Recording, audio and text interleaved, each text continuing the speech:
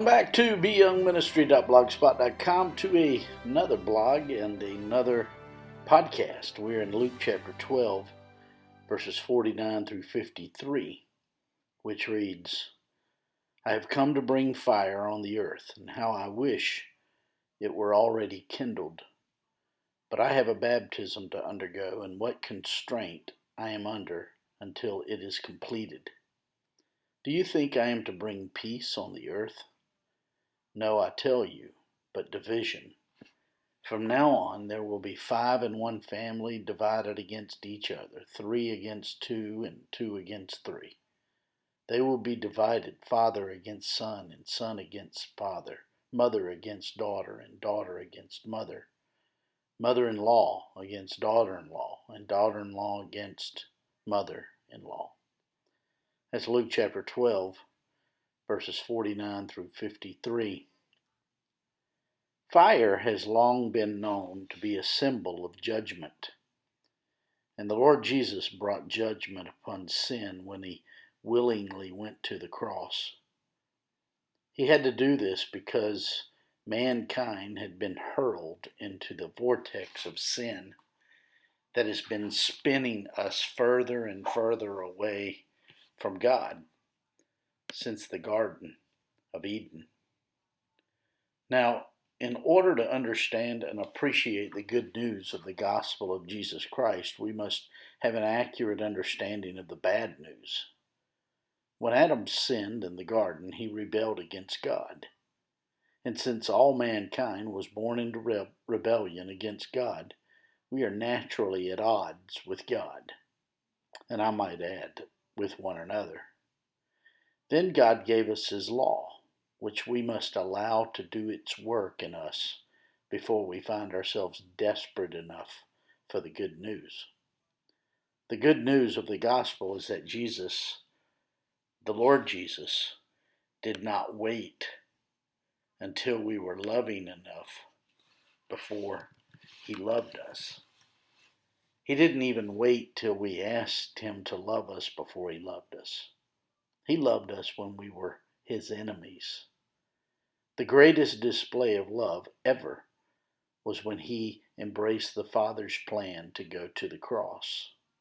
This love for us births love in us, which forges love through us to those around us. In verses 49 and 50, we read, I have come to bring fire on the earth, and how I wish it were already kindled. But I have a baptism to undergo, and what constraint am I under until it is completed? In Luke chapter 2, verse 14, we saw that Luke opened this gospel announcing peace on earth. The Lord Jesus brought peace to those who were and are willing to trust him. Yet the irony here is this: he is the cause of division, even with those in our own families. While hanging on that tree, the Lord Jesus purchased the most important type of peace with God. Without having peace with God, there is no knowing the peace of God. And the Lord knows his peace is precious to those who are rejected by our families. In verse 51, we read, Do you think I came to bring peace on earth?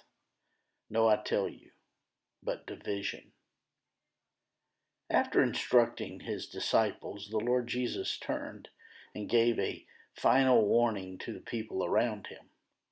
The religious leaders had rejected his offer of peace, and the people were in the process of forfeiting it as well.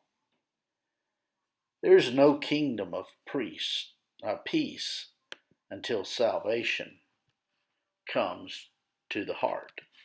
Let me say that again. There is no kingdom of peace until salvation comes to the heart. So, before peace comes, division must do its work.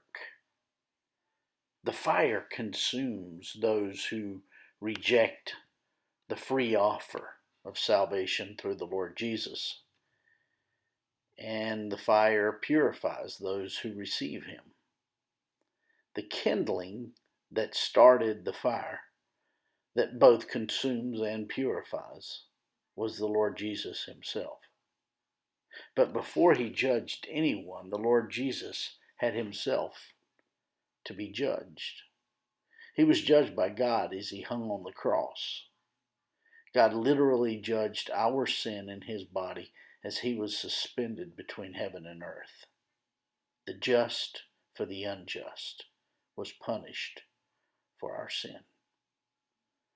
At the end of verse 49, the Lord Jesus said, "How I wish it were already kindled." That is to say, I wish it was over. He was anticipating the event that would separate him from his Father. He was pressed between the suffering and the purpose, between the anticipation of the pain and the anticipation of the plan, between his own will and the Father's will. But he never wavered after he said, "Nevertheless, not my will, but yours be done." In verse 52, we read, "From now on there will be 5 in one family divided against each other, 3 against 2, and 2 against 3. The Lord Jesus causes division even in families. The gospel becomes a serious problem to people who reject it, and those who believe it are outcasts in the eyes of those who reject it. In verse 53, we read, "They will be divided, father against son, and son against father, mother against daughter, and daughter against mother, mother-in-law against daughter-in-law, and daughter-in-law against mother-in-law." It is obvious the Lord Jesus is the great divider. He didn't come to bring division. He came to bring peace. But there's another element involved. Will we believe? Will we receive from him the free gift that renders to us peace, not only with God, but with others? His cross is the great dividing event in all of history. Once we embrace the Lord Jesus, he becomes to us the Prince of Peace. Let me add, we make a serious mistake when we reduce the good news, the gospel, to its results, the change that comes into the lives of those who believe it. The changes the Lord renders in our lives must not be confused with the gospel itself. The gospel is not a means to an end. It is the end in itself. And if we reject it, we will spend an eternity separated from him and all that is good. My friends, I trust that you have placed your faith in the Lord Jesus. I pray that you have received the free gift that he's offered. In fact, if you haven't done that, I would encourage you to turn to him and tell him, "I've sinned against you," and acknowledge the fact that he went to the cross for the forgiveness of your sin. And simply ask him to come into your life. Receive from him the free gift of forgiveness. And if you've done that, my friend, send me an email at beyoungministry@gmail.com. Hey, have a great day.